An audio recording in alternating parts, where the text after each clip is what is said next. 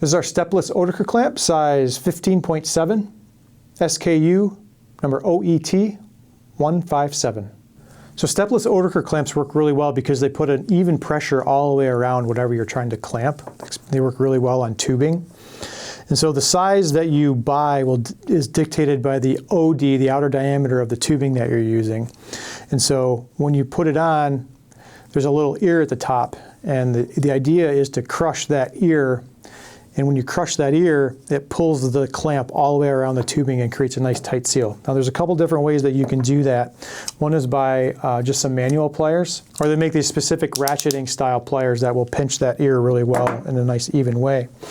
The good thing about Oetiker clamps is they work really well for tubing. The downside is they're kind of semi-permanent. And so the only way to get them off is to use your pliers to either cut through the ear, or there's another way that there's a tab all the way around the clamp here. What you got to do is get a piece of metal, whether it's like your pliers or a screwdriver or something, underneath that tab, and basically you're just going to peel back that tab and the clamp will come off. So they're not permanent, but they take some effort to take off.